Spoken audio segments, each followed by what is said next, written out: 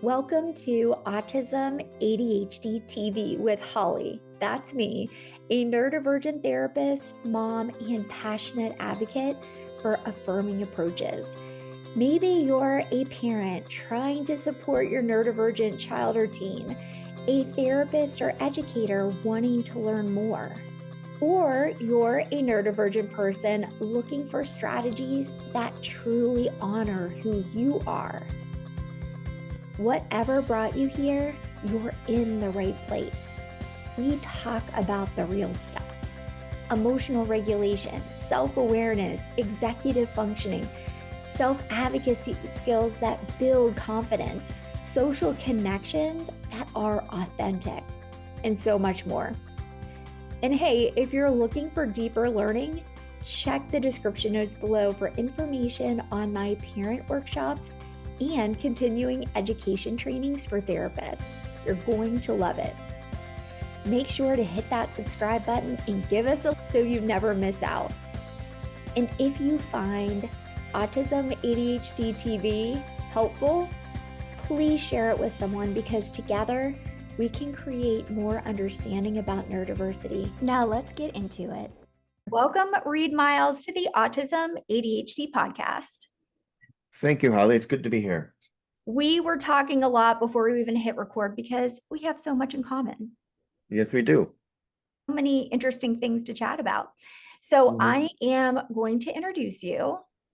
You have a top-rated podcast. You're a YouTuber, and you're a passionate advocate for neurodivergent community. Based in Chicago, Reid, your podcast was ranked number 2 among autism podcasts in 2025, which is fantastic. And you've had all kinds of cool people on your podcast, like Dr. Temple Grandin, of course, we all know her, Dr. Ned Hallowell, and even actress Adriana Wilkinson from Xena, Warrior Princess. Oh my goodness, I'm so jealous. She's amazing. Talking with her was interesting because she remembers behind the scenes more than in front of the scenes. She remembers everything that went on behind instead of in front. So she doesn't remember the episode, but she remembers what was going on during that episode behind the cameras. Oh, that's wild. Okay, now we're moving on to this book that you've got coming out about stepping outside your comfort zone and embracing your authentic self. And that's what we're going to talk about today, is getting out of that comfort zone.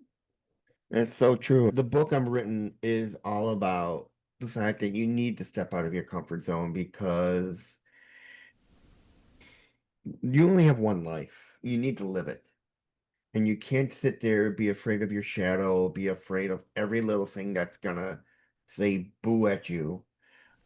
I've traveled through Europe. I've had little hiccups here and there, but I never let it stop me. I went to school in England, had a hiccup here and there, but never let it stop me because I wouldn't have enjoyed my day. I think that's fantastic, because getting out of that comfort zone, in my opinion, when you're neurodivergent, especially if you're a neurodivergent child or teen, that's not so simple.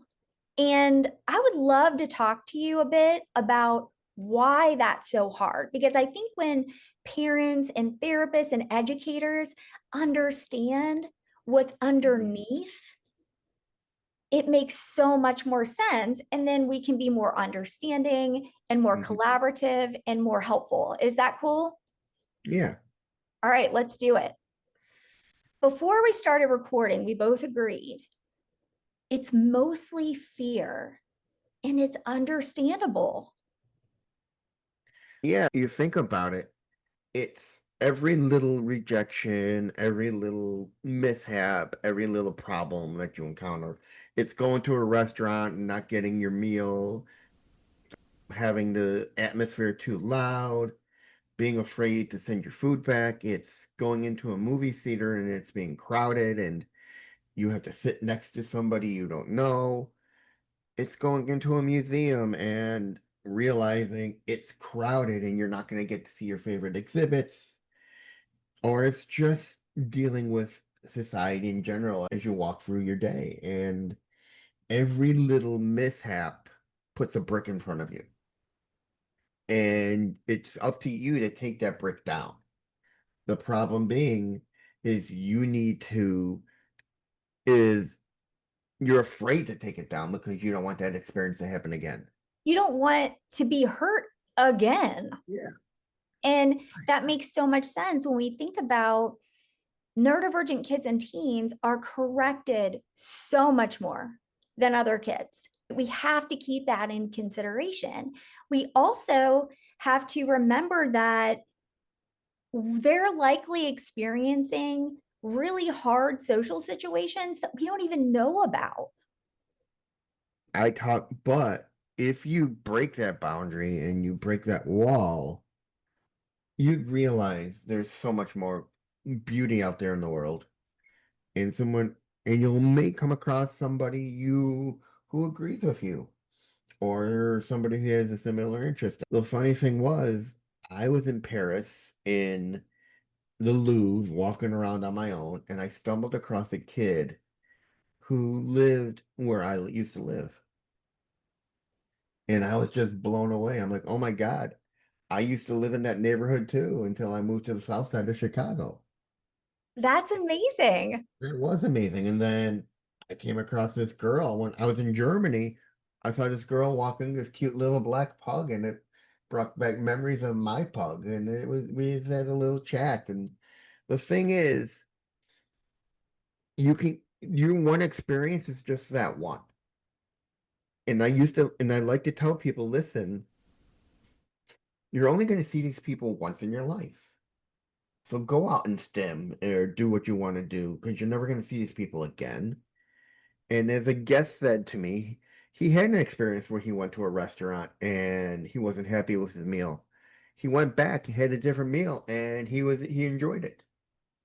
So you gotta take a chance and go back and try something new. Otherwise, it's that old saying from Einstein, insanity is doing the same thing over and over again and getting the same results.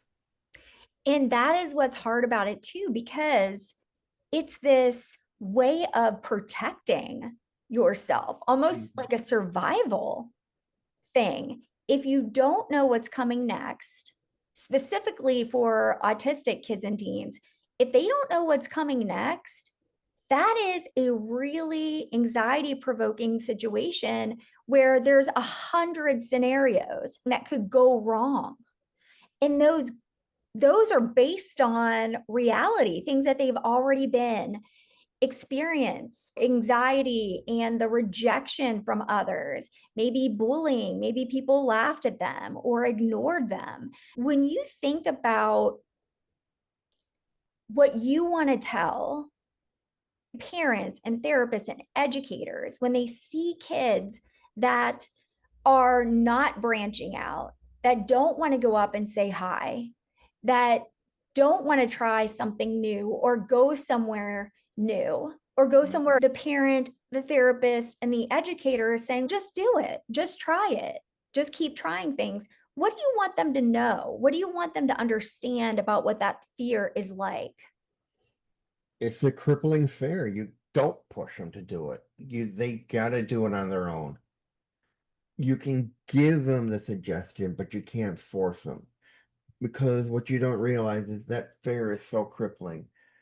You've seen the person with normal anxiety take that normal, jack it up to a 10.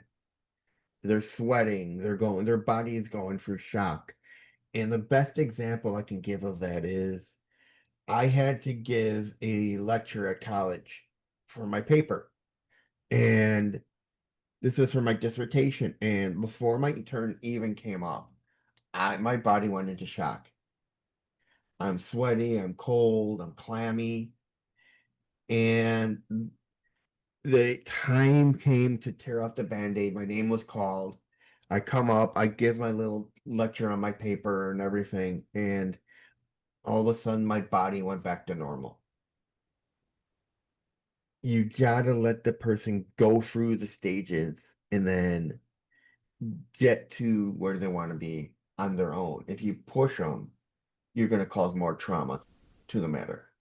I agree, because if we push them and they don't feel supported or understood, then they're already incredibly anxious. And if something happens again that is upsetting to them, that's just more reason to keep your life small and not take that risk.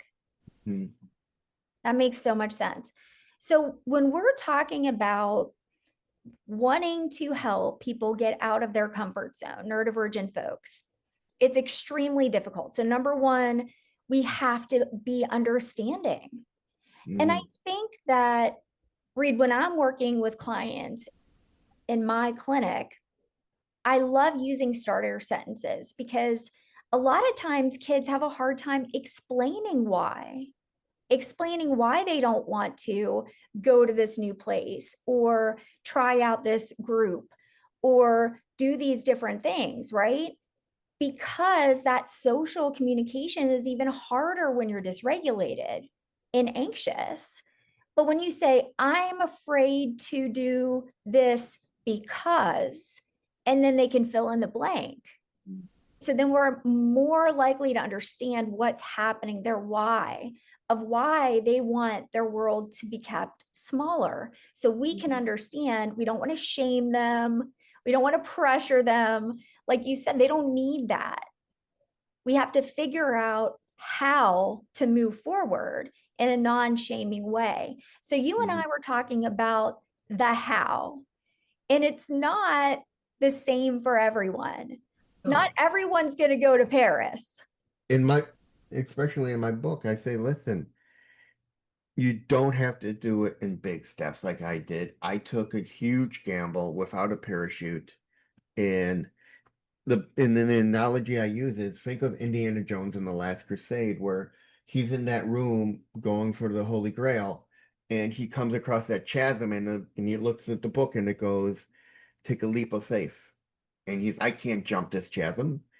And he's trying to figure out, he goes, what the hell? And he puts his book back, closes his eye, and he puts 1 foot forward, and he lands on a camouflage little bridge.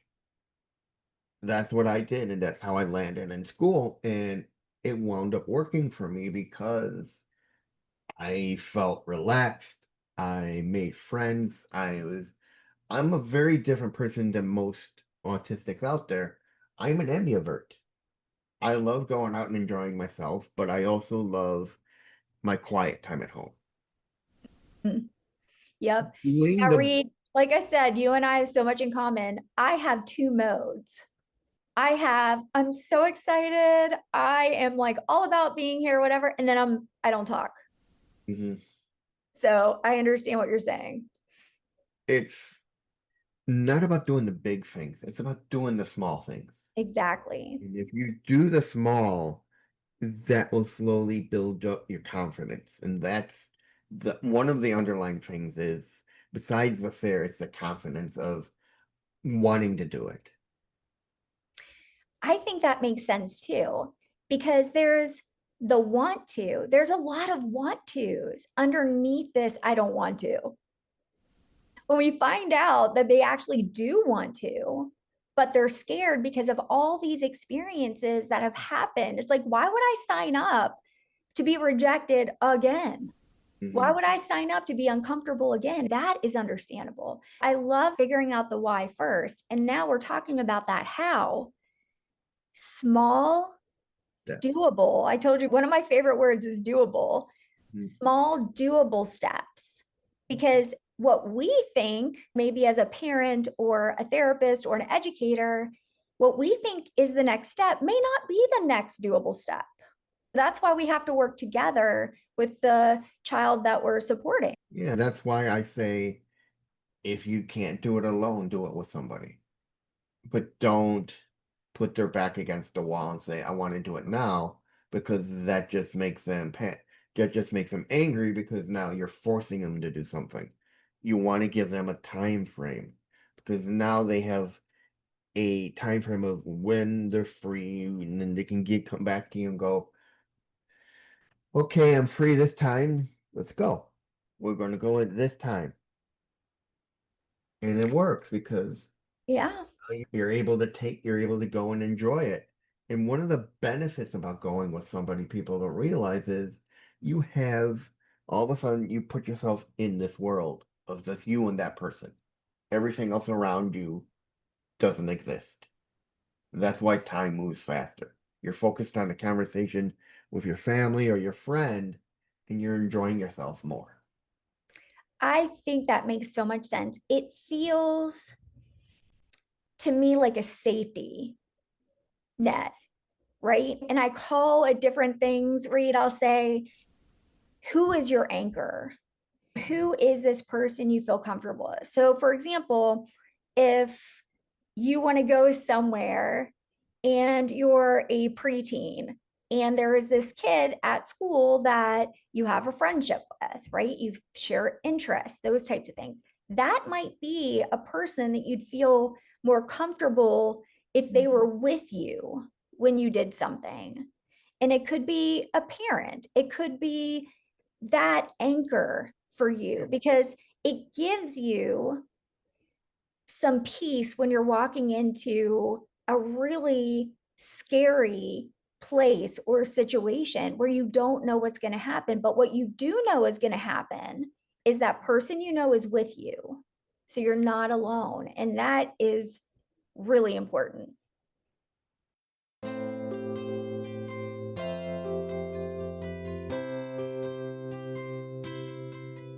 Hey everyone, Holly here. If you are a parent of a neurodivergent child and you ever found yourself thinking, oh, if the camp counselor would have just said it this way, or if the teacher presented it in this way, or if the coach did this differently, then I've got something for you. It's called the Get to Know My Child Snapshot, and it's completely free. I created this one-page guide that will take you less than 5 minutes to fill out. And it provides the most essential information about your child. So others understand how to better interact with your child, how to help them feel more comfortable, how to prevent dysregulation and misunderstanding. It is perfect for summer camp counselors, sitters, new therapists, new teachers, doctors, anybody who is spending time with your child. So don't miss out. Set them up for success with the free Get to Know My Child Snapshot. You're going to find that link down in the show notes.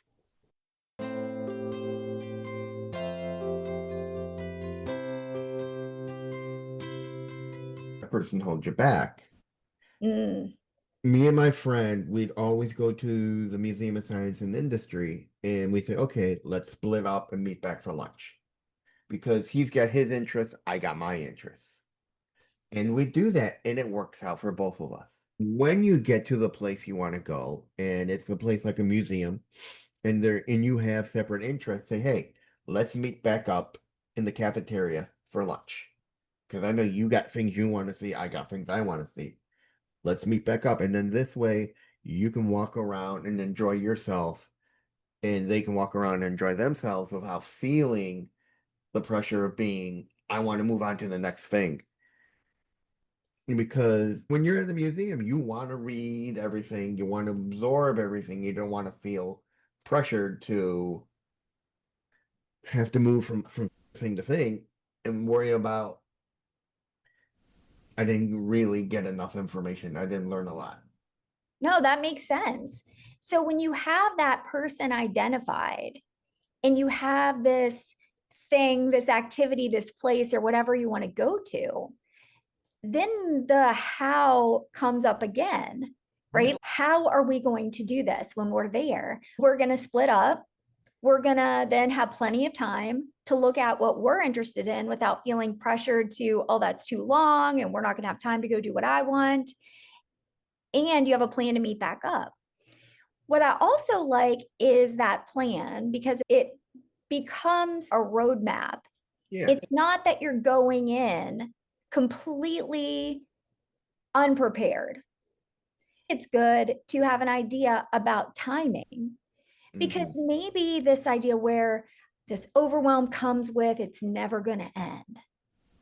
It's going to feel like forever. you can change it and make it work the way you want. Sometimes if I'm working with a client and say, for instance, they want to go to a birthday party where everyone is invited, they're feeling anxious, they want to go, but they're worried about it. And let's make a plan. You want to go, you don't have to stay the whole time. Do you want to go for 10 minutes? Do you want to go for 20 minutes, 30 minutes? Let's just try. And if you want to stay longer, we'll stay a little bit longer. But if you're ready to leave, then we're going to leave. I know I have a big family on my sister-in-law's side, and the holidays are usually noisy and a lot of people talking. If you don't want to leave, I'll add on to what you were saying. If you don't want to leave, find a quiet spot. Mm-hmm. If it's in a two-story house and they got a basement, go in the basement, sit down, and grab your food, go into the basement, sit down and chill. Let your mind quiet itself down. Let people know where you're going. If it's a one-story house, maybe step outside, get some fresh air, and just let your mind quiet down. And go back and enjoy. I mean, you if you're going for a family thing, you don't want to leave early because you may come across as in a spoiled sport or something because you're not staying too long.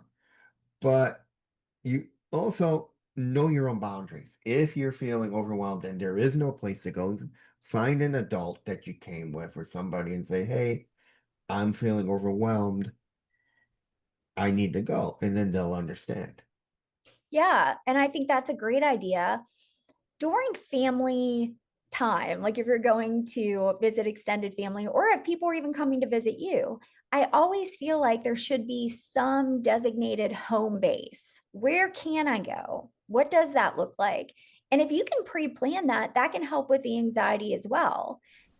Okay, if we have this area where my child can go while we're here when they need to, where is that? And then they know where to go. As soon as you get there, you can go visit that space. Is this work for you? Is that cool? Also, you are bringing up sensory things, such an important conversation to have. A lot of these environments are overwhelming. Do you need earplugs? Do you need your AirPods or whatever you call them? I call them a different thing, Reid, all the time. So like the earbuds, pods, whatever they are. Do you need to bring your comfort stuffed animal? What do you need to be able to feel comfortable? And it's all about individualizing that how, I think. Yes, that's so true. You got to understand that each and every one of us is different. So what works for one person may not work for another person. And what's nice about that collaboration is that you're going to support that child or teen in a much better way. Because if we're making these decisions for them and then we're frustrated with them because they're not taking the risk, we're approaching it in the wrong way. Yeah. Because we need to understand, if we understand the underlying fear, we can then put things in place. Well, I don't want to go because what if I get uncomfortable? That's a valid fear. So let's plan for that. And I love that so much. And I think that when you build that roadmap out in a way that works best for that child, they learn more about themselves and they can self-advocate even more. You and I had talked about before recording, you had gone to Vegas for a podcast conference. I got back recently from VidCon, which is the YouTube convention. I don't know about you, Reid. I was really overwhelmed. There was the biggest convention hall I've ever seen. The whole building was massive, and I've been to a lot of conferences. Nothing like this before. People were running around being followed by camera crews. This is not my everyday experience. And it was sensory wise, it was overwhelming for me. So I made sure that I knew when I needed to step away. So I had found this sort of place that was a little out of the way. I sat my back against the wall, sat on the floor because that's what I need. I had my air dry clay. I can make fidgets because that's what I do. I make them into cubes and I fidget with them. It worked so much better because I had a plan. It became doable for me. And you and I talked about too, what helps when you're stepping out of your comfort zone is, are you stepping into something that's interesting to you? Yeah. What helps is if you're going to something that you're stepping into something that where people have the same interest, because then it takes you out of your shell and you become more talkative, you become involved. And if you get involved with everything, like going to different panels, going to different talks, talking to people, you forget about your anxiety.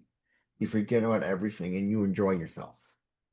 And I think that is a huge part of stepping out of your comfort zone is, are you walking into something that's interesting to you? If it's something that's interesting, you're going to learn something new.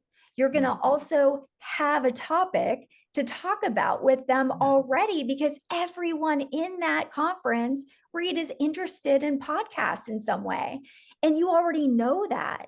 So it's opening the door to having these interactions and these conversations, because that's why all of you are there. So true. I love that. Reid, thank you so much for coming on to see me. And I'm excited because I am going to be on your podcast soon. We're going to get a chance to talk in a couple of weeks. Before we get off, I know my audience wants to know where they can find out more about you, your podcast, and your upcoming book. They can find me inside the Asperger Studio. It's on YouTube. You can look up the same title. My book will be called Fearless Footsteps, Embracing the World One Step at a Time. It's not out yet, but be on the lookout for it. Once your book is out, hopefully you'll come on and visit us again. Yep. I would Beautiful. love to. Thank you so much, Reid. Take care. You too, Holly. Take it easy. That's a wrap on today's episode. If you found this helpful, please consider hitting that like button and subscribe so you don't miss anything. And if you're thinking, oh, I know somebody who would really appreciate this episode, please send it on to them. Also, don't forget, go down to that description below because I have loaded it with free resources and information on my parent workshops and continuing education trainings for therapists. Everything you need to keep learning and growing. Thank you for being here, for caring, and for choosing neurodiversity affirming approaches. I look forward to seeing you next time on Autism ADHD TV. Take care.